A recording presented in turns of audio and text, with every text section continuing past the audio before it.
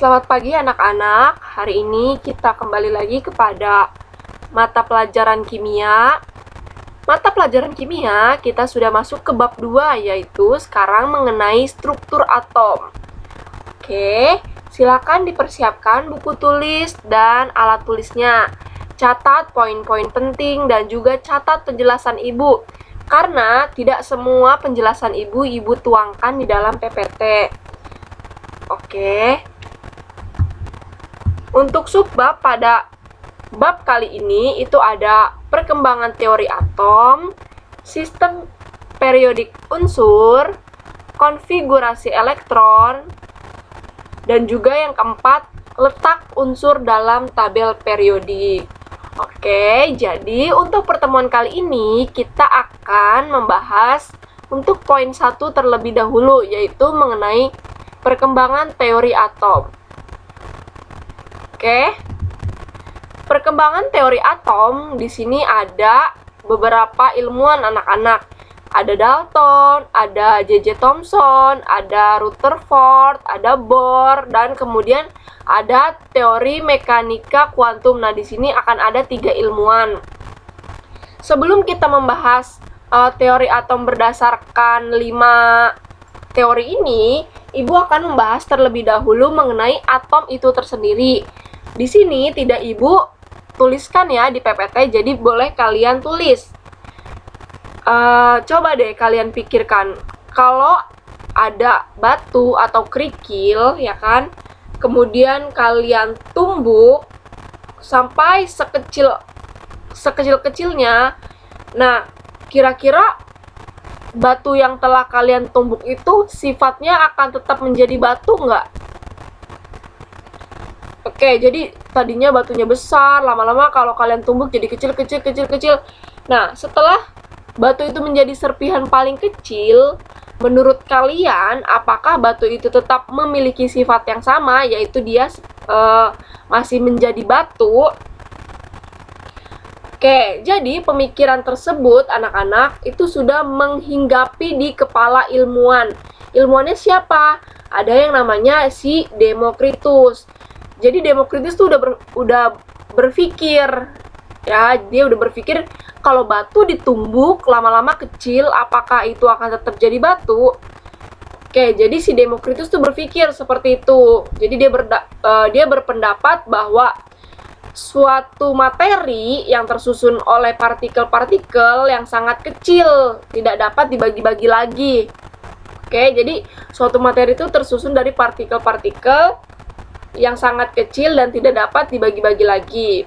Jadi atom itu jadi berasal dari pengertian si Demokritus. A itu, ini di sini A ya kan? A itu artinya tidak, dan tomos atom itu kan, jadi atom itu terbagi menjadi dari 2 kata dari bahasa Yunani, yaitu A dan tomos. A itu artinya tidak dan tomos itu artinya terbagi. Jadi atom itu adalah tak terbagi atau tidak terbagi, itu pandangan si Demokritus. Jadi Demokritus itu kenapa tidak dituangkan dalam sini? Karena Demokritus itu tidak melakukan eksperimen, dia hanya sekedar berpikir dan berpendapat. Sehingga dalam perkembangan teori atom ini, di sini Demokritus itu tidak ada, tapi yang menemukan atom itu sendiri, yang mengartikan atom itu sendiri si Demokritus. Jadi di sini Ibu tidak tuliskan ya, tapi kalian harus sudah tahu bahwa atom itu 2 kata, yaitu A dan tomos. Nah, itu pengertiannya dari si Demokritus. Oke. Ibu akan masuk yang pertama, yaitu mengenai teori atom Dalton. Oke, di sini atom merupakan bagian terkecil yang sudah tidak dapat dibagi lagi. Oke. Jadi menurut Dalton itu atom itu udah paling terkecil, sudah tidak dapat dibagi lagi. Gambarnya seperti apa? Jadi Dalton menggambarkan model atomnya itu dia berbentuk bulat, pejal, dan padat.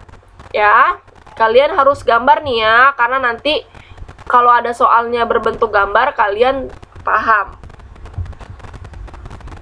Yang kedua, si Dalton juga mengemukakan bahwa atom-atom dari unsur yang sama memiliki sifat yang sama, dan atom-atom dari unsur yang berbeda sifatnya juga berbeda.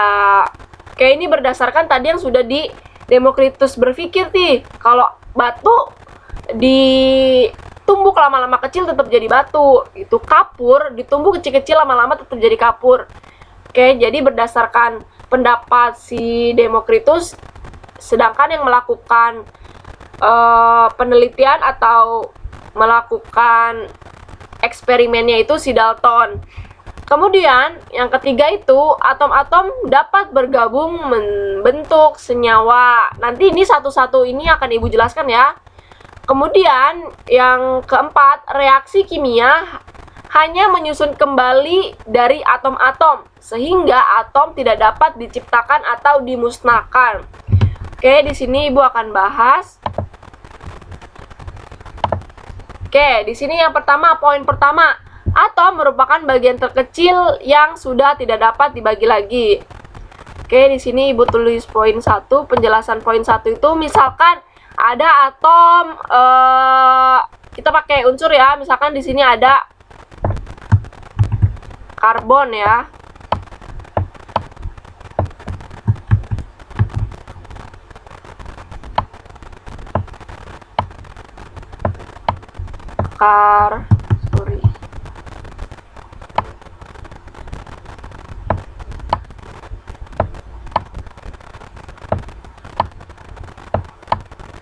Oke, pertama di sini ada karbon, atau biasanya unsurnya itu adalah huruf C ya.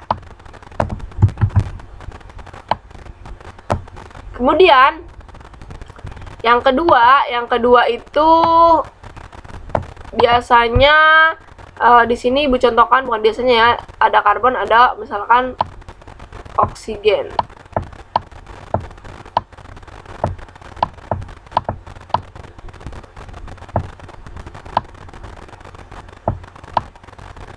Oke, oksigen itu biasanya itu adalah O ya, kalian pasti tahu.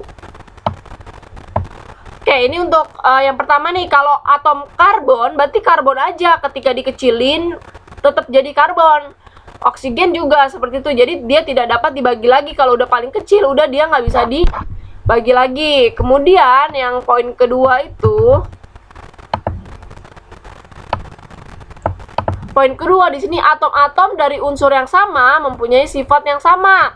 Atom-atom dari unsur yang berbeda, dia memiliki sifat yang berbeda pula. Misalkan di sini sifat atom atau bentuk atom di sini. Untuk bentuk atom si karbon misalkan gini ya. Jadi si karbon tuh gini nih bentuknya ya kan. Kecil gitu kan.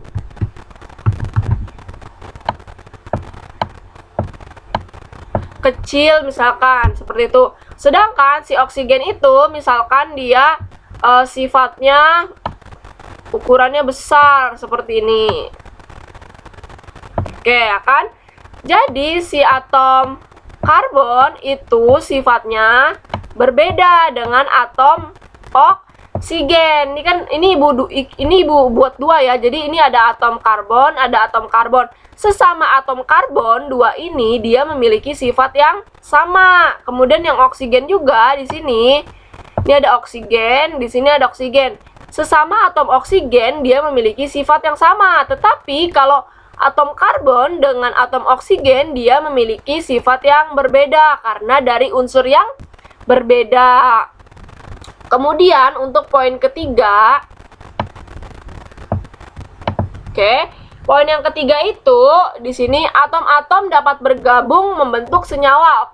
Misalkan ada atom karbon dengan atom oksigen, dia kalau digabungkan akan membentuk senyawa. Ada senyawa apa aja?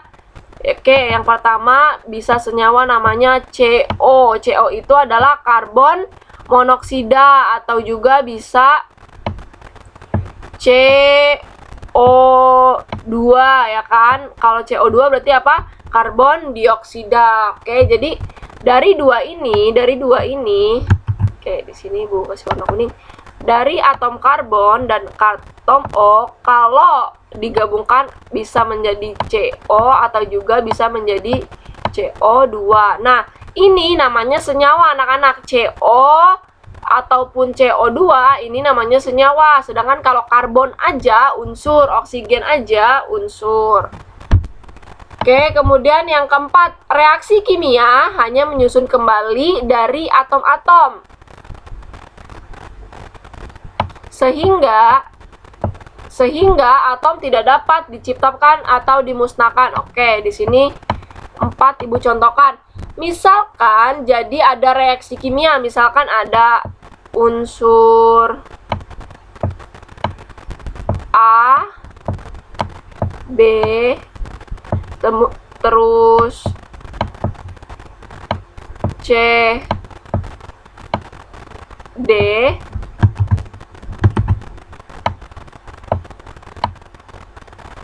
oke. Kemudian direaksikan itu dengan reaksi kimia akan menghasilkan atom AC plus BC. Oke, kalau kalian perhatikan ini sebelum ya, ini namanya reaksi sebelum dan ini reaksi sesudah. Kalau kalian perhatikan di sini ada unsur AB plus CD. Kemudian di sini AC plus sorry, ini bukan BC ya.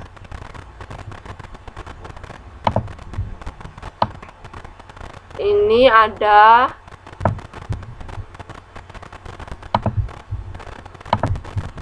BD.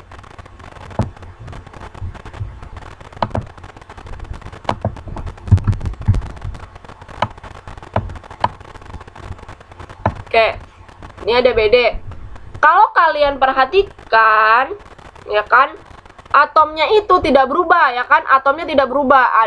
Atomnya tetap ada A, B, C, D. Di sini juga ada A, B, C, D. Jadi atomnya tidak berubah, anak-anak.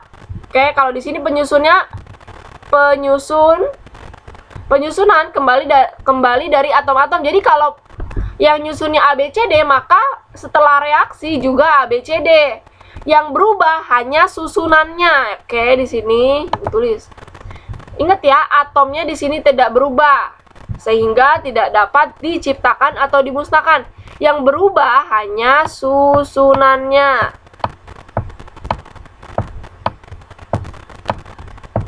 Tuh, susunan berubah.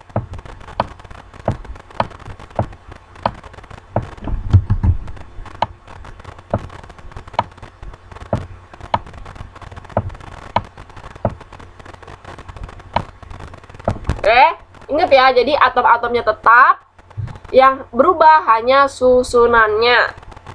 Oke, kita lanjut.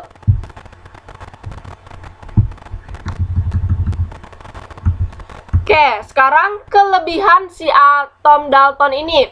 Jadi yang pertama, kelebihannya itu dapat menjelaskan hukum kekekalan massa, yaitu oleh si Lavoisier. Hukum kekekalan massa itu berbunyi seperti apa? Jadi, massa sebelum reaksi itu sama dengan massa setelah reaksi. Jadi, kalau kita balik lagi ke sini anak-anak, jadi massa di sini nih, oke. Massa kita ganti warnanya jadi warna hijau. Oke, massa di sini nih, massa sebelum reaksi akan sama massanya setelah reaksi ya. Oke, kemudian yang kedua itu ada hukum perbandingan tetap. Ya, hukum perbandingan tetap ini berbunyi perbandingan massa unsur dalam suatu senyawa selalu tetap. Maksudnya gimana? Nah, di sini kan ada senyawa nih anak-anak. Ada senyawa CO. Nah, di sini ada C sama O. Nah, perbandingan besarnya massa C sama O itu sama. Kalau C itu masanya misalkan 0,4 gram, di sini juga 0,4 gram.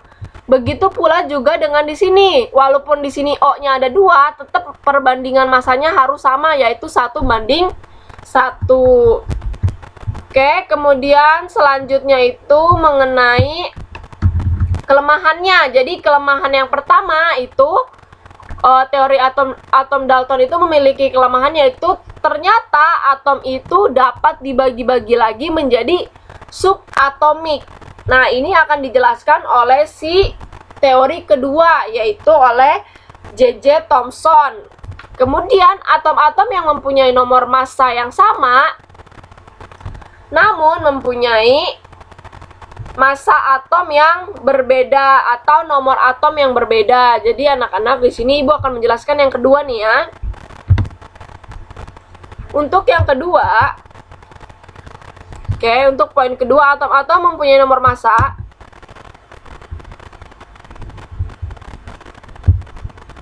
Oke, di sini.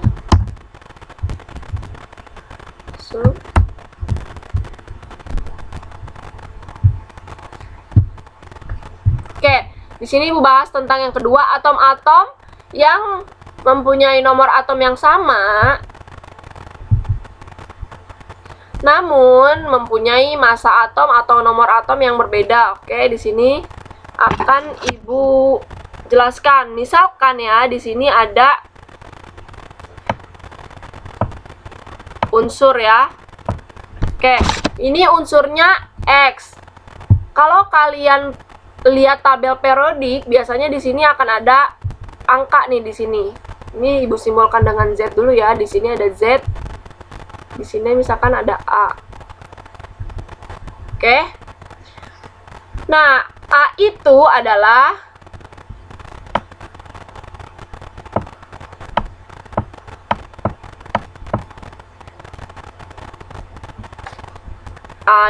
massa atom atau nomor massa ya di sini.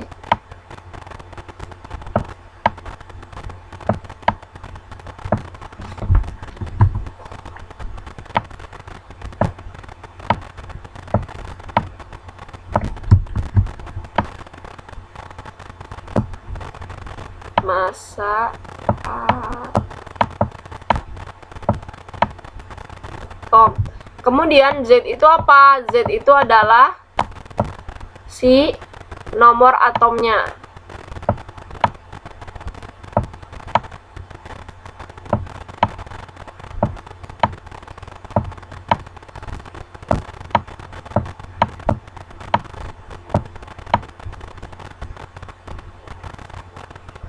Oke. Nah, ini adalah cara penulisan ya. Di sini Ibu akan mencontohkan. Di sini kan dia bilang atom-atom mempunyai nomor atom yang sama namun mempunyai massa atom yang berbeda. Contohnya itu adalah misalkan di sini ada C, ada karbon. Ada karbon itu nomor atomnya 6 ya kan. Di sini juga ada karbon, nomor atomnya 6 ya kan. Kalau dia punya ternyata massa atomnya berbeda-beda. Ada yang 12 dan juga ada yang 13. Nah, ini tidak sesuai dengan penelitian si Dalton. Kalau Dalton kan tadi di kelebihannya bahwa bilang hukum perbandingan tetap itu massa unsur itu dalam senyawa itu sama ya. Nah, ternyata nanti akan dibuktikan oleh ilmuwan yang lain bahwa atomnya sama-sama C nih, di sini karbon ya, atomnya sama-sama C karena nomor atomnya sama. Tapi ternyata masanya itu berbeda. Jadi hukum perbandingan tetap itu tidak masuk ke sini ya. Oke, itu penjelasan untuk poin kedua. Sekarang kita masuk ke poin ketiga. Poin ketiga itu adalah pada reaksi kimia nuklir, suatu atom dapat berubah menjadi atom baru akibat ketidakstabilan inti ya. Kalau tadi si Dalton bilang misalkan karbon, itu tetap karbon, nggak akan berubah jadi yang lain. Nah, tapi nanti pada penjelasan reaksi kimia nuklir itu kalau atom karbon dapat berubah menjadi atom baru, tidak hanya menjadi atom karbon. Kenapa? Karena akibat ketidakstabilan inti atom. Oke, kita masuk teori atom yang kedua, yaitu teori atom dari J.J. Thomson. J.J. Thomson ini dia menyatakan bahwa atom merupakan bola pejal yang bermuatan positif dan di dalamnya tersebar elektron yang bermuatan negatif. Teori ini disebut juga sebagai teori roti kismis karena mirip roti kismis. Nah, jadi anak-anak, ini gambarnya ya. Kalau misalkan si bolanya ini dia bermuatan positif sedangkan ada bermuatan negatif tersebar di bola positif ini. Oke, J.J. Thomson kok bisa menemukan positif dan negatif? Nah, dia menemukan positif dan negatif dan dia juga menemukan elektron itu berdasarkan penelitian dia, yaitu namanya percobaan sinar katode ya, atau katoda. Oke. Di sini Ibu jelaskan. Nah, dia melakukan percobaan tabung sinar katoda. Jadi anak-anak, kalau kalian perhatikan gambarnya ya, coba kalian perhatikan terlebih dahulu. Nah, di sini ada tabung ya. Tabung ini tabung kaca yang sebagian besar udaranya sudah disedot keluar atau disebut ini namanya tabung vakum ya. Kemudian disertai dua lempeng bermuatan positif dan negatif. Oke, jadi di sini ada lempeng positif, ada lempeng negatif. Kemudian di sini ada anoda. Anoda itu untuk positif dan di sini katoda. Nah, di sini akan diberikan sumber arus listrik dengan tegangan tinggi kepada katoda. Jadi makanya di sini disebut percobaan sinar tabung katoda. Jadi nanti di sini akan arus mengalir ke sini dengan tegangan sangat besar. Oke. Lalu bagaimana hasilnya, kok bisa ada positif dan negatif? Oke, anak-anak, di sini kan ini ada sinarnya nih ya.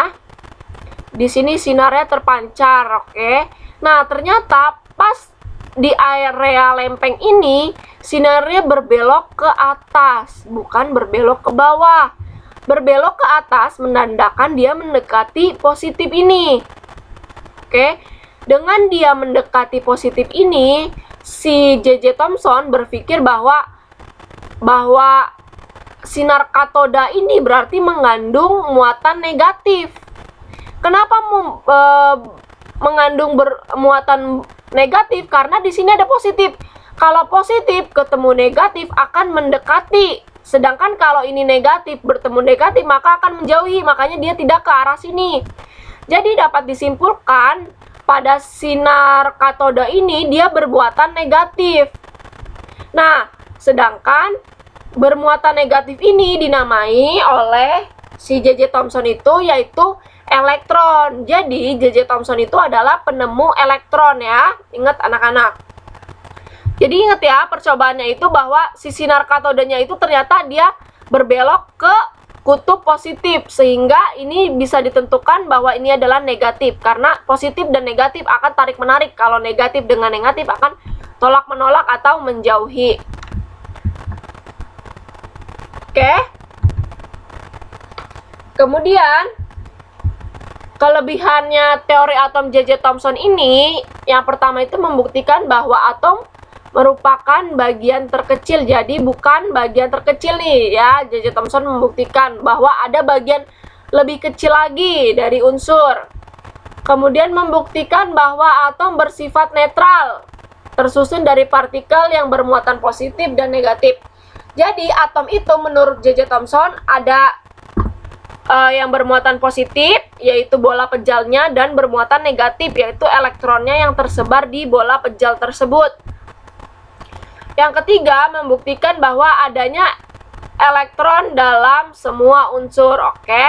Jadi elektron itu yang tadi bermuatan negatif itu namanya elektron ya. Itu dia menemukan bahwa selalu ada elektron dalam semua unsur. Kemudian kita masuk ke kelemahannya nih. Kelemahannya yang pertama, tidak dapat menjelaskan tentang susunan muatan positif dan jumlah elektron dalam bola. Jadi jumlah elektron dalam bolanya dia tidak menjelaskan ada berapa. Dia hanya menjelaskan bahwa tersebar elektron. Kemudian bagaimana susunannya? Apakah acak, apakah random, apakah tersusun rapi, itu tidak dijelaskan. Kemudian kelemahan yang kedua itu tidak dapat menjelaskan tentang inti atom. Jadi si J.J. Thomson ini hanya menjelaskan bahwa ada muatan bermuatan positif dan bermuatan negatif. Oke, yang ketiga itu kita masuk ke teori atom Rutherford. Si Rutherford ini dia ditemukan inti atom. Dia menemukan inti atom melalui percobaan penembakan lempeng emas oleh sinar alfa. Oke, di sini ini percobaan yang dilakukan oleh si Rutherford. Di sini ada sumber dari sinar alfanya. Kemudian di sini ada lempeng emasnya. Kemudian di sini ada layar fluorescence, ya. Di sini ada layar fluorescence. Kemudian di sini ada ini emas ya, ini bukan logam ya. Di sini lempeng tipis logam emas. Oke, dan di sini nih yang ini adalah pantulan dari sinar alfanya. Jadi sinar alfanya ada yang lurus, menembus, ada yang berbelok, dan ada yang ternyata berbalik arah nih anak-anak, tidak menembus. Oke, di sini akan dijelaskan. Jadi bagian ini kalau kita dekatkan akan seperti ini nih. Ini kan emasnya nih. Ya, ini emasnya.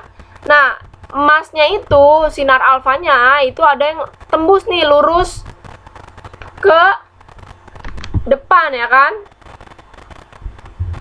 Ada yang lurus, kemudian ada yang lurus juga nih, ada yang tembus juga.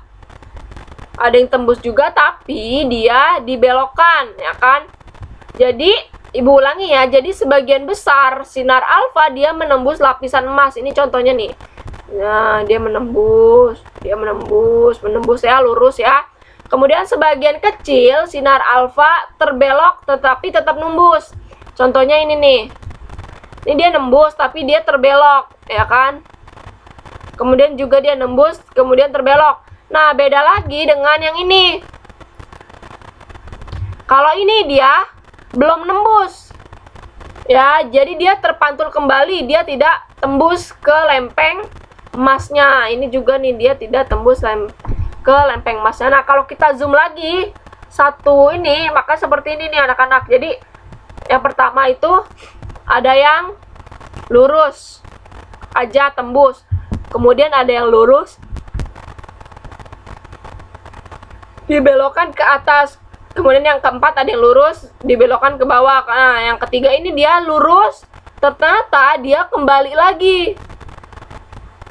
Oke, dia kembali lagi atau dia mantul lagi ya kan. Dengan ini si Rutherford ini menyatakan bahwa ada inti atom nih, ada inti atom di tengah-tengah. Ya, jadi menurut si Rutherford ada inti atom berada di tengah-tengah. Nah, inti atomnya ini bermuatan positif. Kenapa? Karena ketika disinari sinar alfa ini kan bermuatan positif.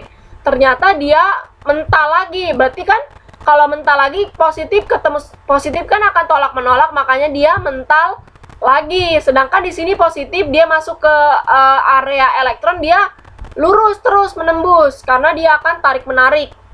Jadi dengan adanya ini si Rutherford ini menyatakan bahwa ada inti atom di tengah-tengah dan dia itu bermuatan positif. Oke.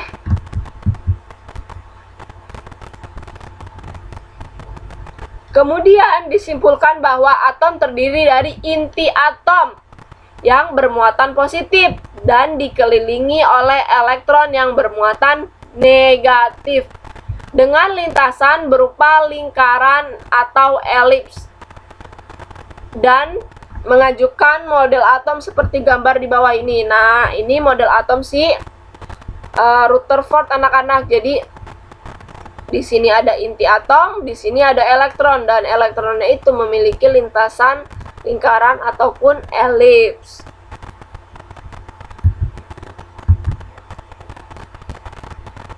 Kelebihan yang pertama itu dapat menggambarkan dan menjelaskan bentuk lintasan elektron yang mengelilingi inti atom, sehingga mudah dipahami. Lalu yang kedua itu dapat menyimpulkan bahwa atom tersusun dari inti atom dan elektron yang mengelilingi inti atom, di mana satu sama lain terpisah oleh ruang hampa ya. Kalau kita lihat tadi kan ada ruang hampanya ya. Yang ketiga itu dapat menjelaskan pergerakan elektron di sekitar inti atom. Oke, kelemahannya itu dia tidak dapat menjelaskan kenapa elektron tidak terjatuh ke dalam inti atom, ya kan? Secara logika kalau kita melihat gambar pasti inti atom jatuh ke elektron jatuh ke inti atom. Oke, kita masuk ya keempat, yaitu teori atom Bohr.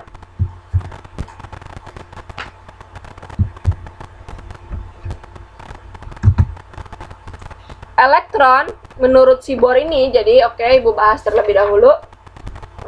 Jadi kelemahan model atom si Rutherford ini disempurnakan oleh Bohr atau Niels Bohr. Jadi si Bohr ini mengemukakan gagasannya tentang penggunaan tingkat energi elektron pada struktur atom. Jadi pada tahun 1913 berdasarkan analisis spektrum garis atom hidrogen dan teori kuantum yang dikemukakan oleh si Max Planck. Jadi si Bohr ini mengajukan dua postulat. Postulat yang pertama itu ini, elektron beredar mengelilingi inti atom pada lintasan berbentuk lingkaran pada tingkat energi tertentu. Nah, di sini ada inti atom nih anak-anak. Nah, di sini ada elektron nih. Ini elektron. Nah, elektron pada di yang ini nih yang Ibu tandai, ini adalah elektron pada tingkat 1 atau pada N1 ya, di sini ditandai dengan N. Kemudian elektron yang berada di sini yaitu pada tingkat N2 dan di sini berada pada tingkat N3. Nah, tingkatan ini menentukan besarnya. Jadi kalau N3 itu pasti tingkatannya lebih besar daripada N2 dan begitu pula juga N2 akan lebih besar daripada N1. Oke, postulat yang kedua itu dia elektron bergerak mengelilingi inti tanpa memancarkan atau menyerap energi karena bergerak pada lintasan tetap sehingga tidak terjatuh ke inti. Nah, di sini kan kalau tadi jadi jelas nih, si elektron itu nggak bakal jatuh ke inti. Kenapa? Jadi di sini itu ada yang namanya nih, ini untuk yang N1 itu akan ada kulit. Ya. Jadi energi elektron dalam lintasan dia berbanding lurus dengan jarak lintasan dari inti. Jadi di sini akan ada namanya kulit. Di sini kulit namanya kulit. Nih ya. Di sini kulit. Di sini namanya kulit K biasanya. Di sini kulit L. Di sini kulit M. Ini yang terakhir M. Oke, di sini Ibu akan jelaskan. Jadi elektron itu dapat berpindah dari kulit satu ke kulit lain. Jadi elektron yang di sini dapat berpindah ke elektron yang di sini. Kemudian elektron yang di sini dapat berpindah ke elektron yang di sini. Kemudian elektron yang di kulit K juga bisa berpindah ke kulit L. Kemudian elektron yang di kulit L juga dapat berpindah ke elektron kulit M. Caranya bagaimana? Jadi dengan cara jika elektron berpindah dari tingkat energi yang lebih tinggi, misalkan elektronnya dari sini nih, dari kulit yang lebih tinggi berarti dari kulit M ya. Jadi jika elektron berpindah dari energi yang lebih tinggi, maka dia akan jadi dari tinggi ke rendah, maka dia akan disertai dengan memancarkan energi. Oke, inget ya, kalau dari tinggi ke rendah, elektron akan memancarkan energi sehingga dia tidak jatuh ke inti atom. Ya. Kemudian kalau dari rendah, dari yang bawah mau ke atas, dia akan disertai penyerapan energi. Ini harus ditulis ya anak-anak, karena di ulangan pasti ibu keluarin. Oke, jadi kalau dari tingkatan tinggi ke tingkatan rendah, dia akan menyerap energi.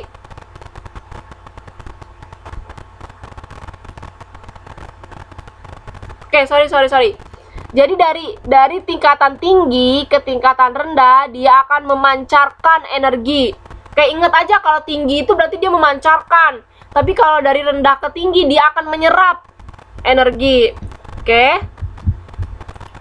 Kemudian yang selanjutnya itu kelemahan atom si Niels Bohr ini adalah hanya mampu menjelaskan spektrum atom hidrogen, tetapi tidak mampu menjelaskan spektrum atom yang memiliki elektron lebih banyak atau lebih kompleks. Jadi si Bohr ini kan dia praktikumnya atau percobaannya menggunakan atom hidrogen ya. Jadi dia tidak dapat menjelaskan yang lain tuh.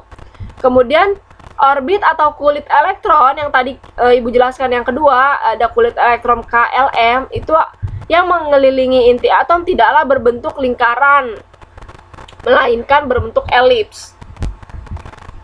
Oke anak-anak, sekarang kita masuk ke teori atom yang kelima nih. Oke,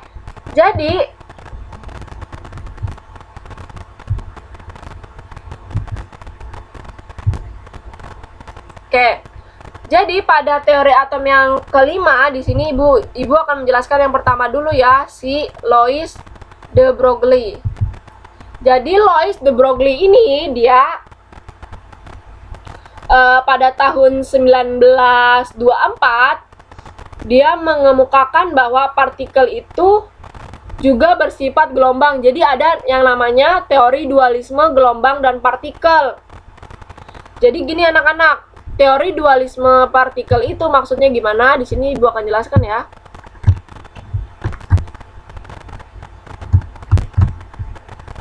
Dualisme partikel itu jadi si partikel atau suatu materi, di sini ibu gambarkan lingkaran, suatu materi atau cahaya, dia memiliki dua sifat, yaitu yang pertama sifatnya berupa gelombang. Oke, dan yang kedua dia bersifat sebagai partikel.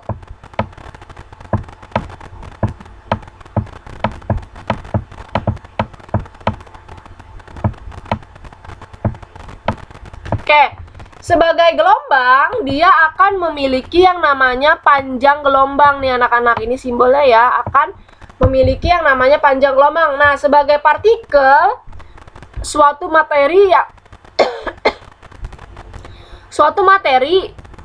itu kan partikel itu pasti mempunyai yang namanya massa dan juga kecepatan, yaitu V kecil ya. Nah, dengan demikian partikel mempunyai panjang gelombang ya kan, dan mempunyai massa dan kecepatan juga. Jadi ada persamaan si dualisme partikel ini anak-anak. Jadi ini kalian harus tulis ya. Jadi si de Broglie itu mempunyai persamaan yaitu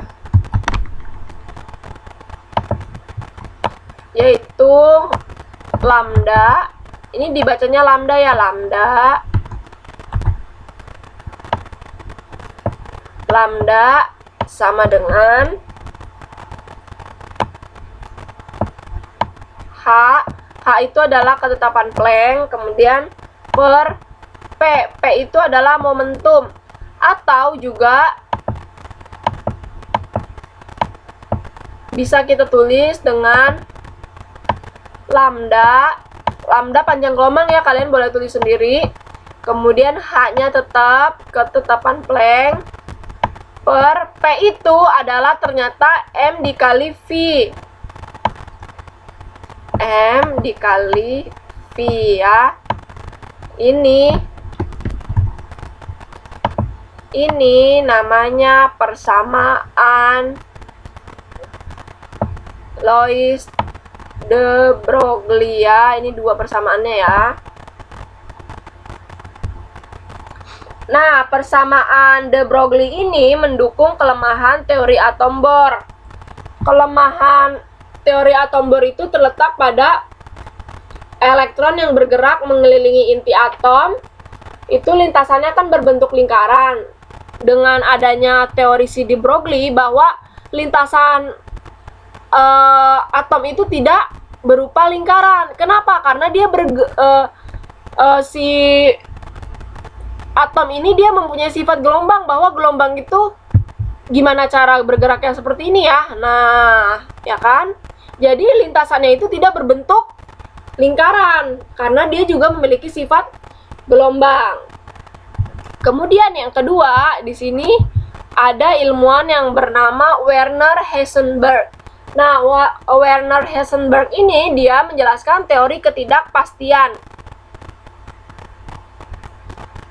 Teori ketidakpastiannya itu dia menyatakan bahwa kedudukan elektron tidak dapat diketahui dengan tepat. Jadi, pertama, dia berbentuknya gelombang. Nah, kedudukannya itu tidak dapat ditentukan dengan tepat. Oleh karena itu, si Werner Heisenberg ini menganalisis kedudukan elektron dengan momentum elektron untuk mengetahui kedudukan elektron. Oke, jadi hasil analisis Heisenberg ini menunjukkan bahwa selalu terdapat ketidakpastian dalam menentukan kedudukan elektron. Nah, yang dirumuskan sebagai hasil kali ketidakpastian kedudukan dengan momentum. Oke. Jadi di sini Ibu jelaskan, ini ditulis ya kalau ini punya si Lois de Broglie. Kemudian kalau si Werner Heisenberg dia mempunyai persamaan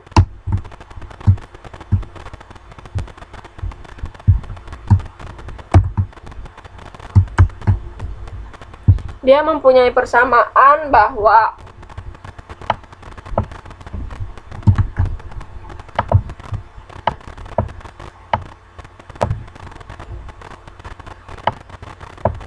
delta X atau kedudukan dari atom dikali dengan delta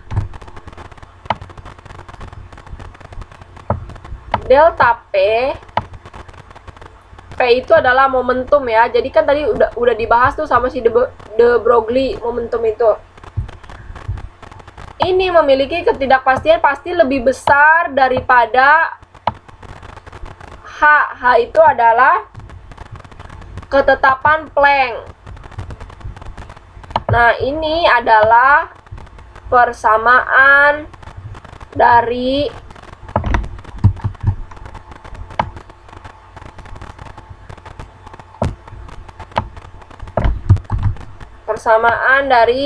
Heisenberg. Oke, kalian boleh tulis.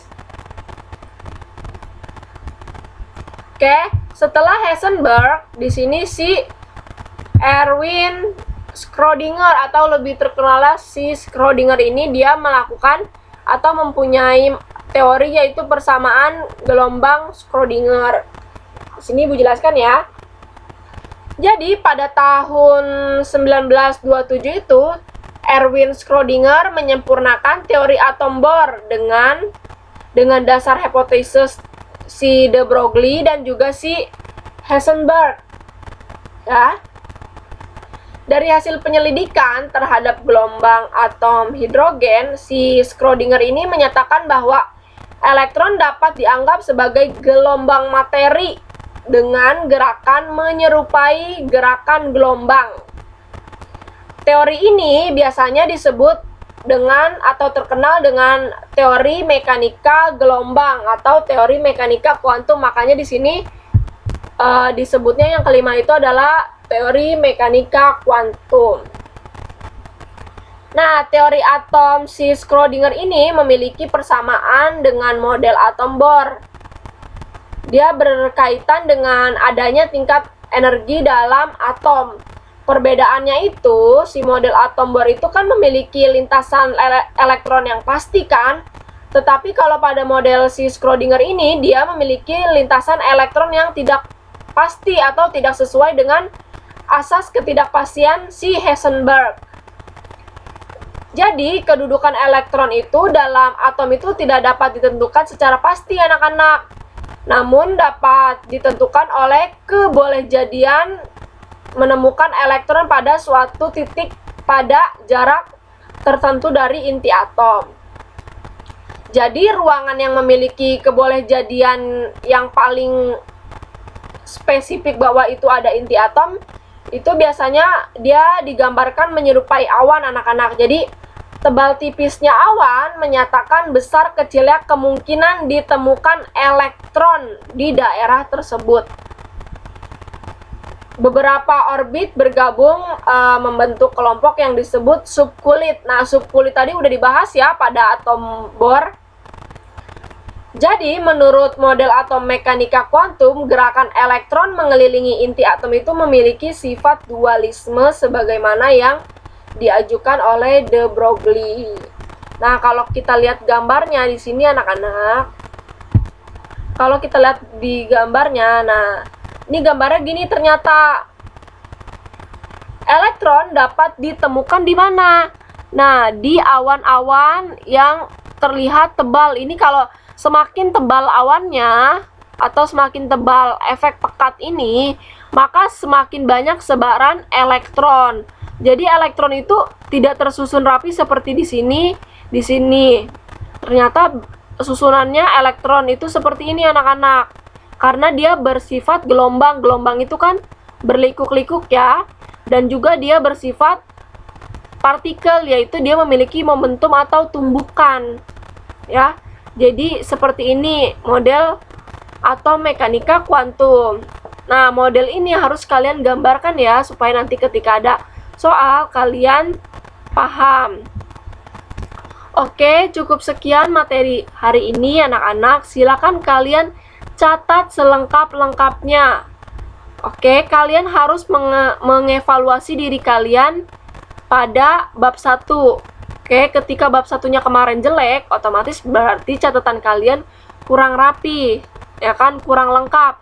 Jadi ketika ibu menjelaskan dan tidak ada di catatan, kalian catat ya anak-anak, dengarkan. Jadi kalau ada video itu jangan di skip, jangan hanya dilihat lalu ditulis, kalian tidak akan paham. Di sini membuktikan bahwa kalian yang rajin menulis atau yang rajin juga mendengarkan, maka akan mendapatkan nilai yang terbaik. Oke, sekian dan terima kasih.